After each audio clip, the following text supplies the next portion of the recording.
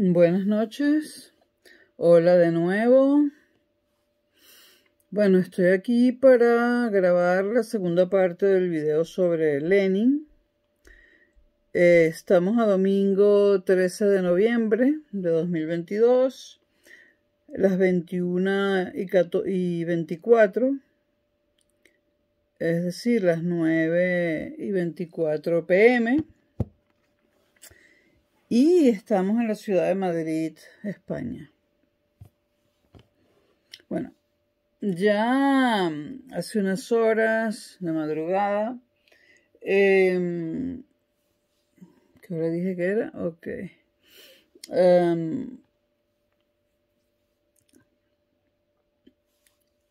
Grabé el primer video sobre Lenin. Vamos a seguir con Lenin en esta saga de hombres que tuvieron un culto a la personalidad que tuvo que ver con su ejercicio del poder político.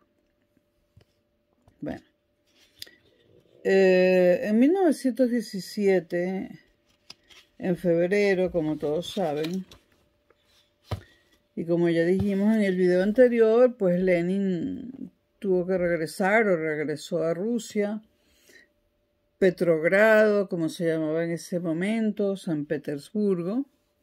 Y bueno, hay crónicas de periodistas que estaban allí en ese momento cubriendo la revolución y de otras personas, ¿no?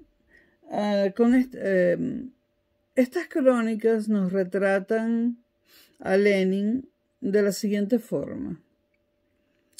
Se dice, estas son crónicas de personas que lo vieron en vida, se dice que tenía un aspecto físico poco cautivador.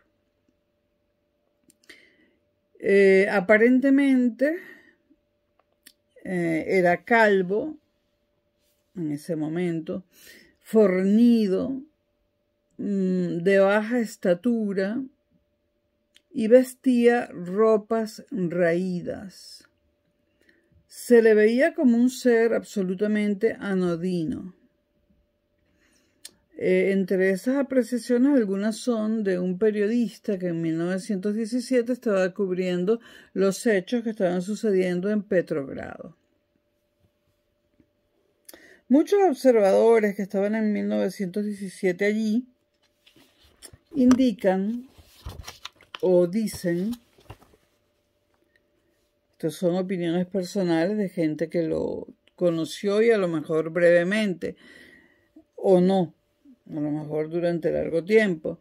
Dicen que su liderazgo se debía a la pura virtud del intelecto, puesto que físicamente no tenía un aspecto arrollador para convertirse en un gran líder.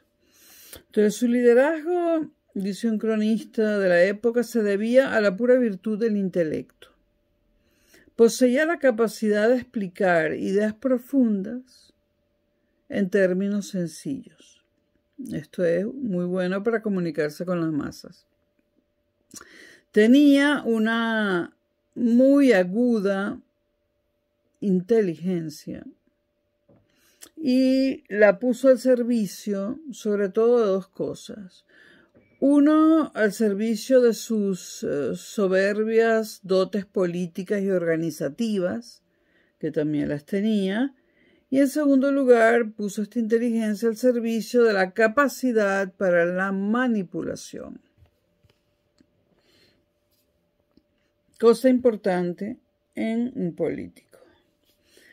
Emanaba gran energía y dinamismo, a pesar de su aspecto anodino.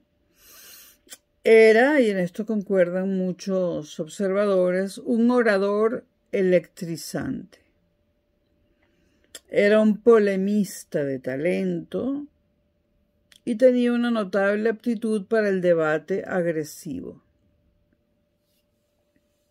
Había en Lenin también una tremenda fuerza de voluntad y una enorme seguridad en sí mismo que fue fraguando a través de los años.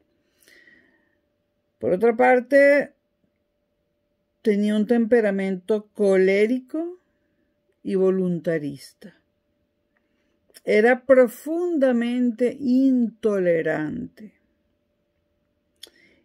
y siempre llevaba consigo la omnipresente certeza de tener y llevar siempre la razón. Creía que siempre tenía la razón. También era, faltaba más, prepotente y dogmático. Estos son rasgos de la personalidad de Lenin. Vivía para y por la política, para nada más. Vivía por y para la política. Ninguna otra cosa le importaba en exceso. Y no era fácil trabar amistad con él. Es improbable, por lo menos no hay registros históricos, es improbable que tuviese, aunque fuese, un amigo íntimo, altamente improbable. El séquito de correligionarios que le acompañaban en el liderazgo bolchevique estaría formado por camaradas unidos en pro de una misma causa política, pero no por amigos personales. Eran camaradas que compartían su causa política, pero de ninguna manera amigos personales.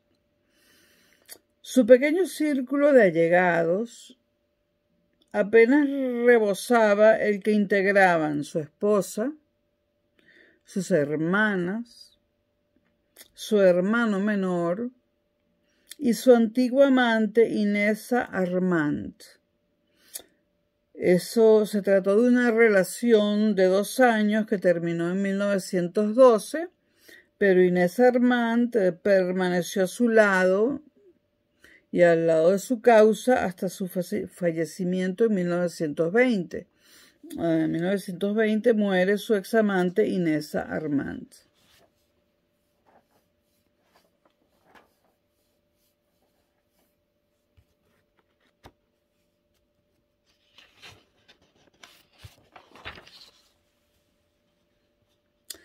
Lenin era un individuo obsesivo, meticuloso en cuestiones completamente absurdas. Por ejemplo, si alguien desorganizaba los lápices dispuestos con rigor marcial sobre una mesa, estallaba en ira.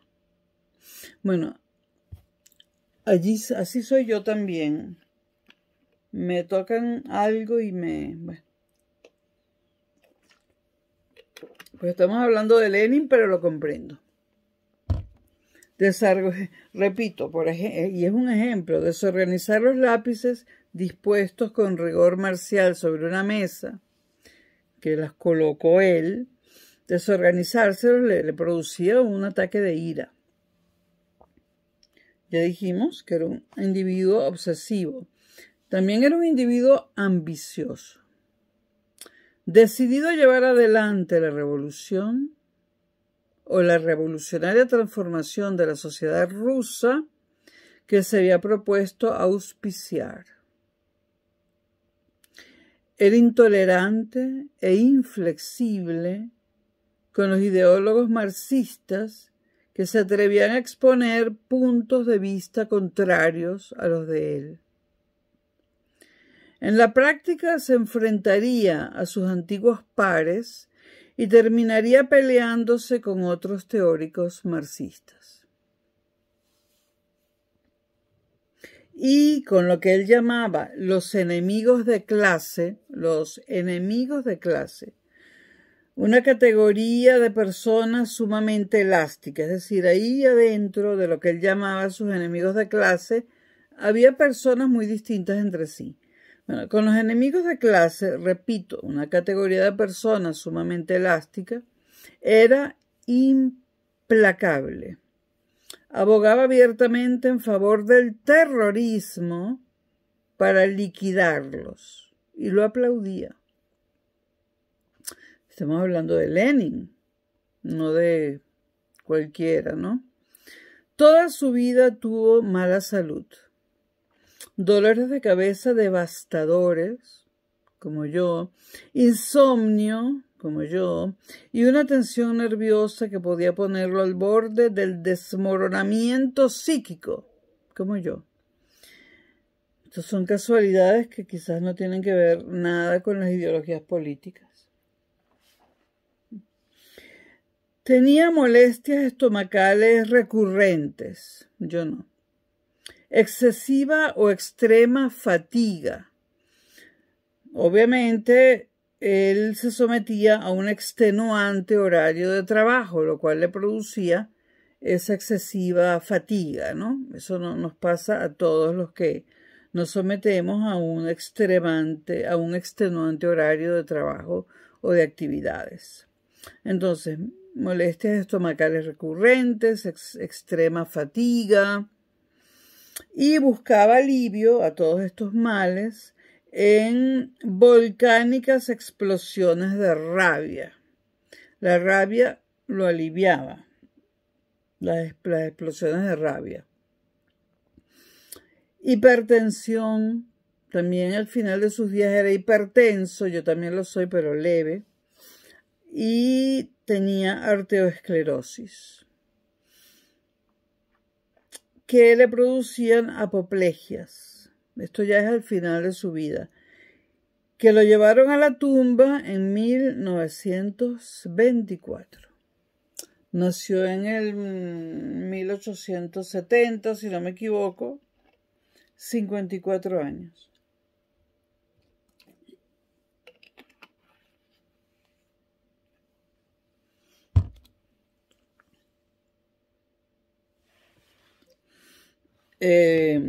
Antes de hacerse con el poder en Rusia, en 1917,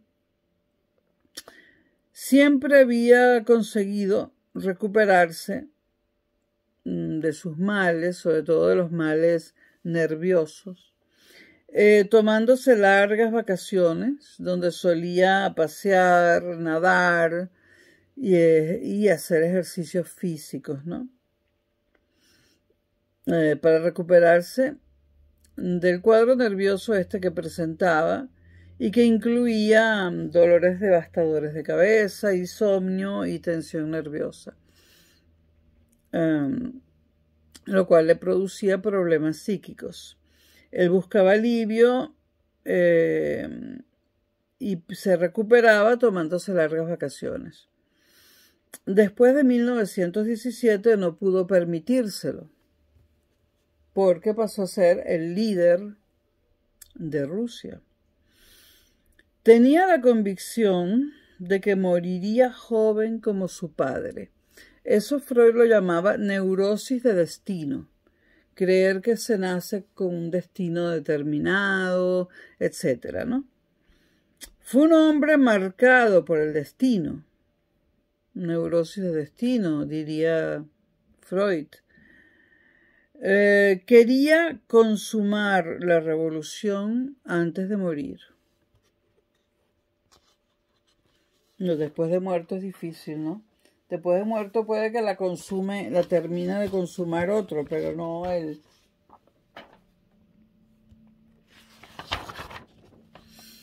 El trasfondo de sus primeros años no anunciaba su futura condición de líder revolucionario, es decir, sus primeros años de vida no indicaban de ninguna manera que se iba a transformar en un revolucionario. Nació en 1870 en Simbirsk, una ciudad pequeña a orillas del Volga y al este de Moscú, a unos 725 kilómetros al este de Moscú, y en el seno de una familia claramente burguesa. Los Ulianov, en Venezuela la gente suele decir Ulianov, pero son los Ulianov, pero ya bueno, las palabras que se pronuncian o se dicen mal durante décadas o siglos terminan siendo tomadas a bien por las distintas academias de la lengua, ¿no? Entonces podemos decir los Ulianov o los Ulianov. Bueno, los Ulianov, su verdadero apellido, que no era Lenin, eran personas cultas a las que interesaban la literatura, las artes plásticas y la música. Valores, exhibían los valores de la clase media de la época. Orden, eran partidarios del orden, de la jerarquía y de la obediencia. Y no hablaban abiertamente de política.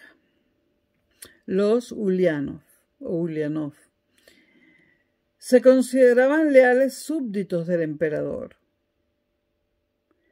aunque promovían las reformas liberales y modernizadoras llamadas a forjar una Rusia más parecida a los países europeos con sociedades ilustradas. Una actitud que despertaba recelos en los sectores conservadores de la Florinata de Simbirsk. Bueno, Simbirsk, que es la ciudad natal de Lenin y de los Ulianov, ya dijimos que eran de clase media, bien acomodada y que se consideraban leales al zar y tenían como valores el orden, la jerarquía y la obediencia, ¿no? Y eran, sinceramente, muy apreciados en la ciudad de Simbirsk por la Florinata de esa ciudad. Es cierto que promovían reformas liberales y modernizadoras llamadas a forjar una Rusia más parecida a los países europeos con sociedades ilustradas. Ahora, ¿por qué una familia tan conservadora, apreciada en su comunidad, devota del zar, promovía reformas liberales? Bueno, posiblemente era una familia burguesa. La burguesía produce. La burguesía necesita el liberalismo económico para seguir surgiendo y para ganar más dinero. Y el liberalismo es lo que mueve la economía. Entonces, siendo una familia burguesa, y a pesar de que eran leales con sinceridad al zar, sabían que eran necesarias reformas liberales para dinamizar la economía. Es decir, la actitud de los Ulianov, la familia de Lenin, que no de Lenin, era una actitud basada en las necesidades de implementar una economía mejor para los rusos y para Rusia, dado que la economía rusa era un desastre, había hambrunas, etcétera, ¿no? Entonces, por eso promovían las reformas liberales y modernizadoras, ¿no? Y por eso querían forjar una Rusia más parecida a los países europeos con sociedades ilustradas que sí habían desarrollado una economía que no solamente una economía liberal, sino una economía que de alguna forma cubría las necesidades de un amplio porcentaje de la población, cosa que no sucedía en Rusia. Ahora, esto de querer reformas liberales y modernizadoras y parecerse a Europa o a la Europa desarrollada en ese momento, no era una actitud subversiva. Ellos eran adeptos al zar y aunque algunas familias de la ciudad de Simbirsk recelaban, eso de ninguna manera implicaba que desconfiaran de ellos. Siempre le tuvieron afecto a los Ulianov. Vladimir, otra vez. Bueno, hay muchas pronunciaciones para Vladimir, porque es un nombre que existe en Rusia, en Ucrania y en muchas otras partes. Entonces, la pronunciación correcta en Rusia es Vladimir, pero por ejemplo, hablando de la Ucrania actual, el Volodymyr Zelensky, bueno, eso obviamente es el Vladimir ruso, nombre que también existe en Polonia, y hay variaciones en cuanto a la escritura y la pronunciación. Bueno, Vladimir, en Venezuela decimos Vladimir y no hay problema, pero Vladimir fue el tercero de los hijos que consiguieron sobrevivir. 2 murieron en la más tierna infancia, lo cual era común en Rusia en aquella época, por el frío, por enfermedades que no tenían tratamiento, etc.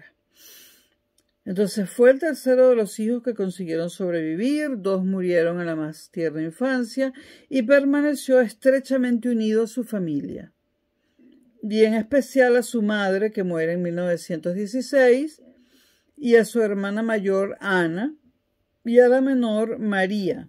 Ambas, Ana y María, le seguirían devotamente hasta el fin. Sus padres tenían grandes planes para los hijos y se implicaron profundamente en su educación. El joven Vladimir era un muchacho espabilado, pilas, diríamos en Venezuela. Y aquí también, el joven Vladimir era un muchacho espabilado y estudioso que al dejar la escuela secundaria, al finalizarla en 1887, era el mejor de su clase. Había obtenido notas excepcionalmente buenas en todas las materias. En agosto de 1887, de ese mismo año en que termina la secundaria, ingresa en la Universidad de Kazán, situada en una zona más alta del curso del Volga, que Simbirsk, para estudiar jurisprudencia.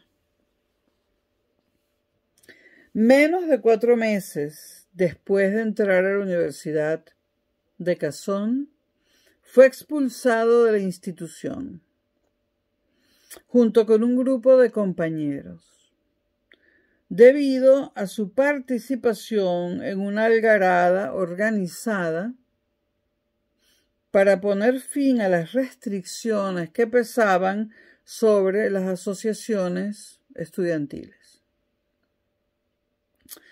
Ya había entrado en contacto, en ese breve espacio de tiempo, con los activistas revolucionarios y a explorar las ideas vinculadas con la política que precisaba la revolución.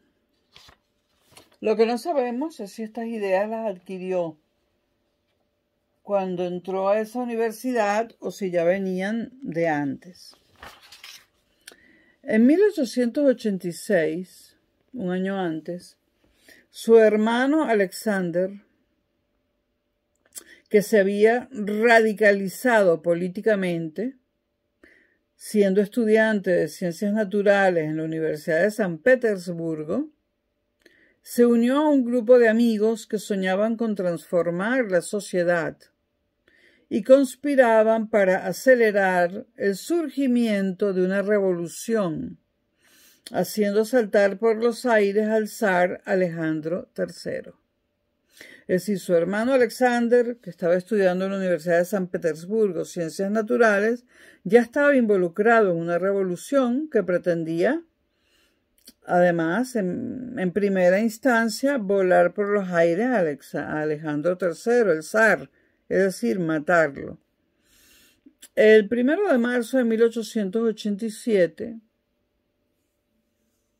acometen un chapucero intento de asesinato contra el zar, y esto determinó que la Oirana o Ojrana, admite ambas pronunciaciones en español, Oirana o Ojrana, la policía secreta zarista, la policía política, detuviera e interrogara a los miembros del grupo.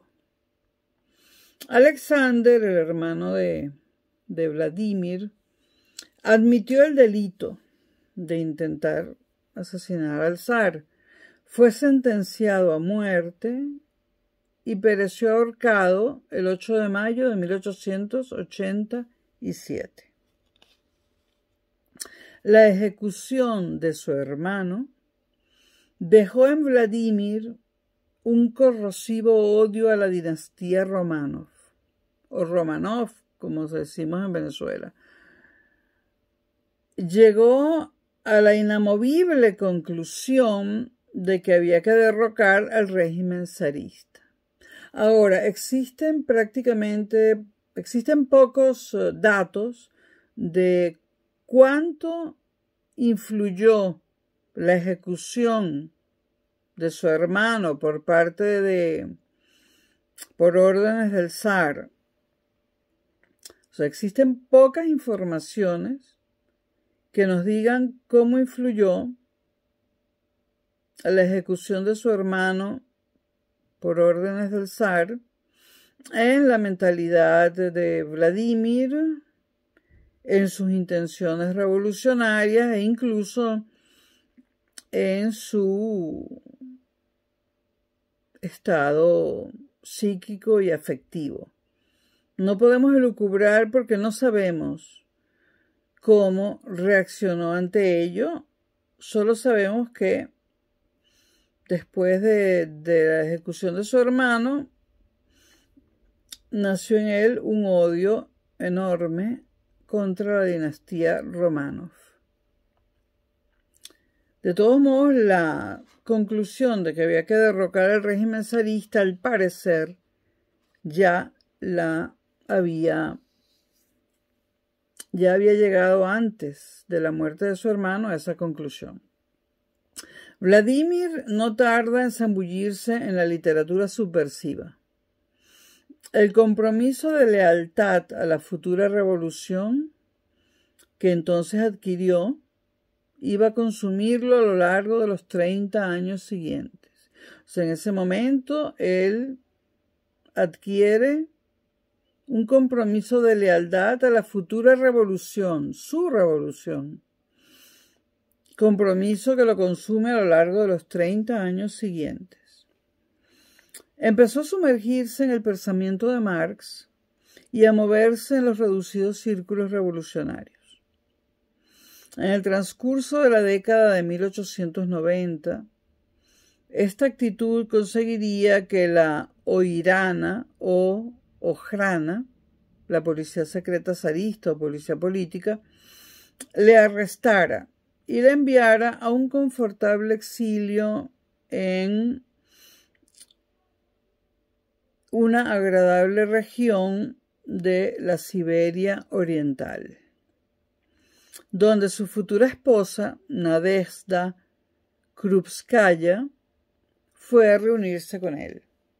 Nadezhda Krupskaya, su esposa, o su futura esposa, se casaron en 1898 y Nadia, como la llamaban, ya se dedicaba entonces al proyecto revolucionario. Se casó, por lo tanto, con otra revolucionaria. A partir de 1900, el temor a futuras detenciones y a la cárcel hizo que él mismo se impusiera la solución de exiliarse en el extranjero y se obligara a una odisea de pisos francos en Zúrich, Suiza, Múnich, Alemania, Londres, París, Ginebra y Cracovia, sin olvidar las varias visitas que hubo de realizar a las distintas ciudades del oeste de Europa.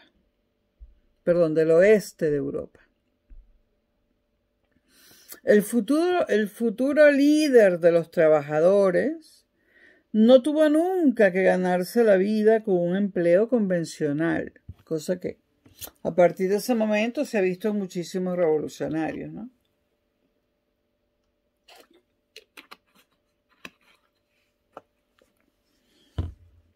No tuvo nunca que ganarse la vida en un empleo convencional. Contaba con apoyo económico, primero con el de su madre, aún después de haber cumplido 40 años de edad, y posteriormente con el apoyo económico que le procuraban cada vez con mayor frecuencia los benefactores acaudalados del partido. Es decir, la revolución tenía dinero.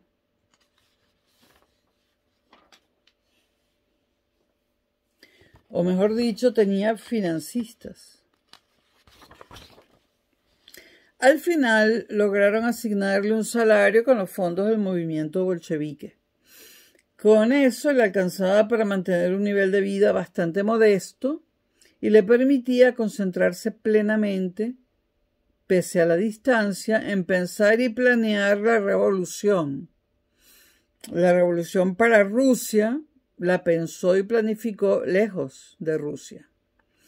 La personalidad de Lenin adquirió perfil definitivo en los largos años dedicados a escribir, a asistir a mítines y congresos, a intervenir en las disputas políticas, a organizarse y prepararse para ese pulso revolucionario, que sin duda acabaría produciéndose y que sin embargo no tenía forma de provocar. Lenin no tenía forma alguna de provocar la revolución. No tenía forma alguna de ser el detonante. Quería liderarla y la lideró, pero la detonaron otros. Por infructuosa que tantas veces le llegara a parecer su existencia allí en el exilio, escribiendo, lejos de Rusia, lo cierto es que en ese periodo se forjaron las cartas credenciales llamadas a otorgarle plena legitimidad en el futuro. Es decir, allí se forja el hombre que en el futuro exhibe la necesaria legitimidad para convertirse en el líder de la Revolución Rusa. Fue esa época la que él mismo le infundió fuerza y confianza. A medida que fueron evolucionando sus ideas, le confirieron un cierto halo carismático en los círculos de la oposición revolucionaria al régimen zarista, y también esa áurea de líder revolucionario. También aprendió en esos años gran parte de los trucos del oficio revolucionario y del oficio de político, ¿no? Vitales para todo el que se lance a la despiadada competencia por la primacía que se da en la esfera de los entonces sedicentes revolucionarios. Evidentemente, los revolucionarios internamente entre ellos también competían por el poder, por el futuro poder. La publicación de un tratadito medio copiado, medio plagiado de otro anterior, no escrito por él, pero este sí fue escrito por él, la publicación del tratadito ¿Qué hacer?, que además se llama el tratado que leyó antes de escribir el suyo. La publicación de este tratadito pequeñito llamado ¿Qué hacer? Bueno, yo me acuerdo que lo vendían en los pasillos de la Universidad Simón Bolívar hace 40 años en Venezuela, ¿no? Como buena universidad pública se vendían estas cosas. Bueno, ya en la central ni se diga, ¿no? La publicación del tratadito ¿Qué hacer? Fue el primer elemento que le dio a conocer en un radio de acción más amplio. Hasta entonces se le había considerado fundamentalmente un adepto de Georgi Plejanov, o Plejanov, como dicen los venezolanos. No sé cómo lo dicen el resto de los latinoamericanos, no sé cómo lo pronuncian los españoles. Hasta entonces se le había considerado fundamentalmente un adepto de Georgi Plejanov, un teórico marxista exiliado en Zúrich y de bastante importancia. Plejanov fue un teórico importante, ¿no? Y todavía hoy en día se lee. Bueno, Plejanov insistía en que en Rusia la revolución no emanaría del campesinado. como habían pretendido los populistas rusos que idealizaban las comunas rurales. Es decir, que Plejánov, al igual que Marx, estaba convencido de que con los campesinos no se podía hacer ninguna revolución, sino con la clase obrera industrial. Por eso querían hacer la revolución en Europa, tanto Marx como Engels, ¿no? En el país rural, que todavía era Rusia, no creía posible Marx que se pudiese hacer una revolución porque no existía una clase obrera industrial lo suficientemente organizada para ello. Sin embargo, y Plejánov, a pesar de ser, era un marxista que en este punto estaba de acuerdo con Marx, ¿no? Entonces Plejánov, repito, no creía que la revolución en Rusia pudiera emanar del campesinado, sino de la movilización de la clase trabajadora industrial, que todavía era poca. De hecho, Lenin había dejado Rusia en 1900 para reunirse precisamente con Plejánov en Suiza. Pero sus relaciones no tardarían en agrietarse. Lenin fue un hombre cuyas relaciones personales siempre se agrietaban. Con la obrita quehacer de Lenin, Lenin se alejaba de Plejánov.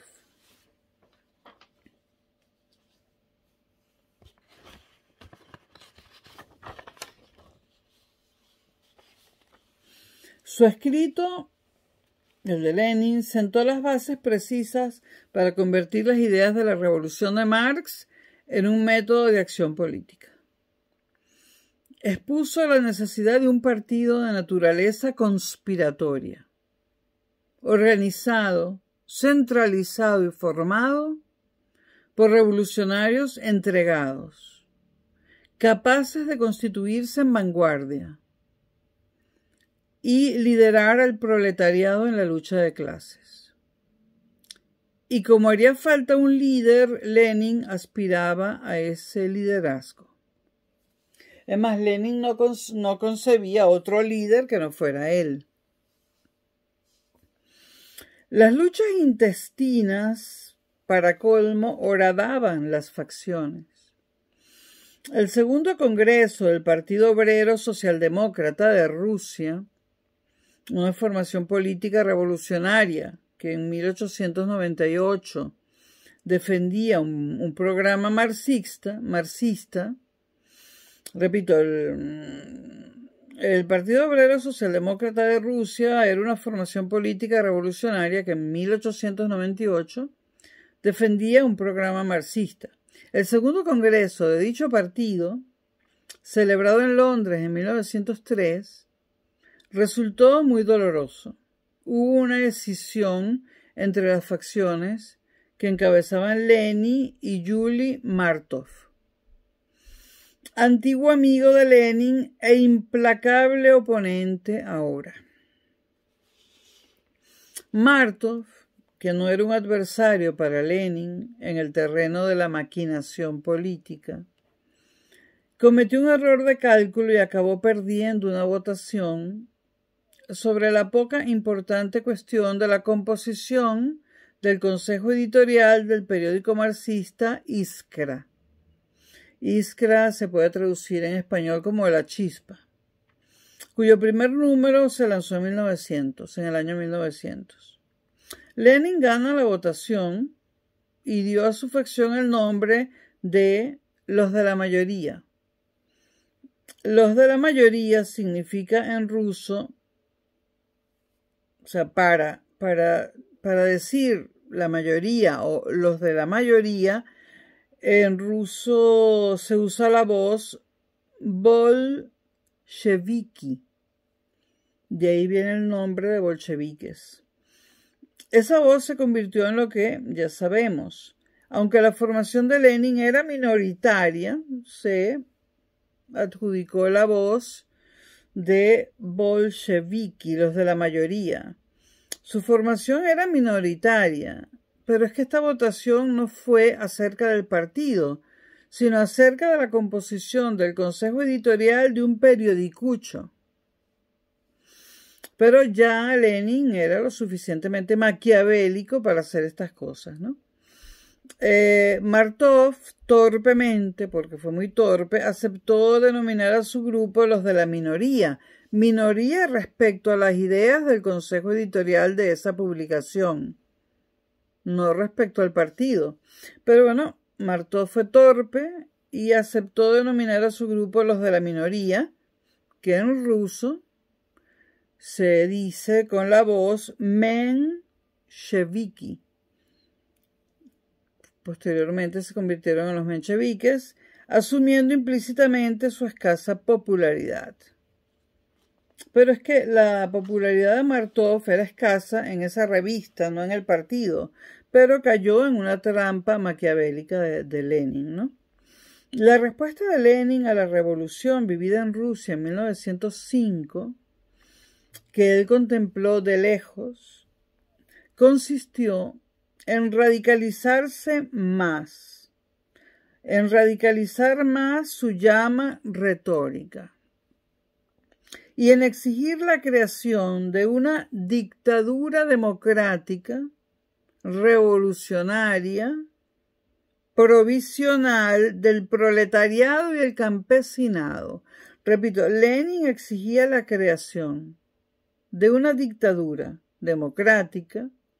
La palabra democracia en la época moderna se ha usado para cualquier cosa, ¿no? Exigía la creación de una dictadura democrática, revolucionaria, provisional del proletariado y el campesinado, cosa que no incluía Marx, ni Martov, ni Plejanov, que había de contar con el respaldo del terror en cuanto se consumara el derrocamiento de los Romanov. Estaba muy claro, Lenin. Había que crear una dictadura democrática, revolucionaria, provisional, del proletariado y el campesinado. Pero esta dictadura, luego de derrocar a los Romanov o a los Romanov, tenía que contar con el respaldo del terror para mantenerse en el poder. Ya Lenin había aceptado el uso del terror como arma política.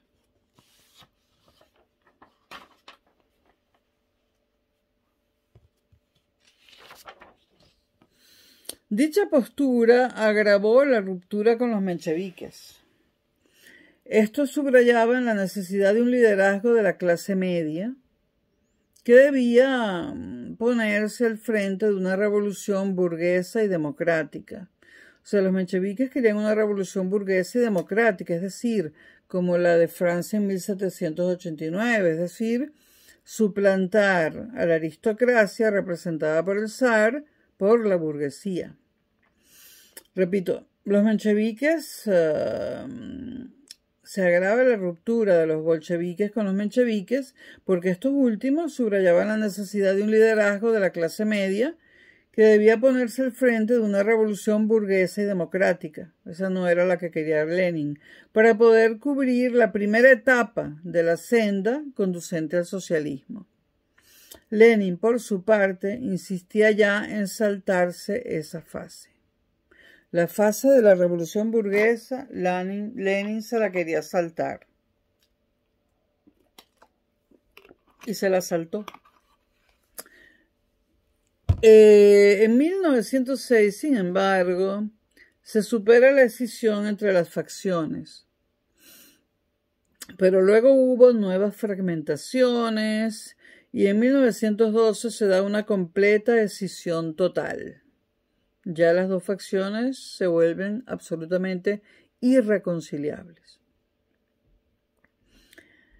En la década anterior a la revolución de 1917, los mencheviques contaron con mayores apoyos en el interior de Rusia que los bolcheviques. Pero en el extremado e inflexible radicalismo de Lenin,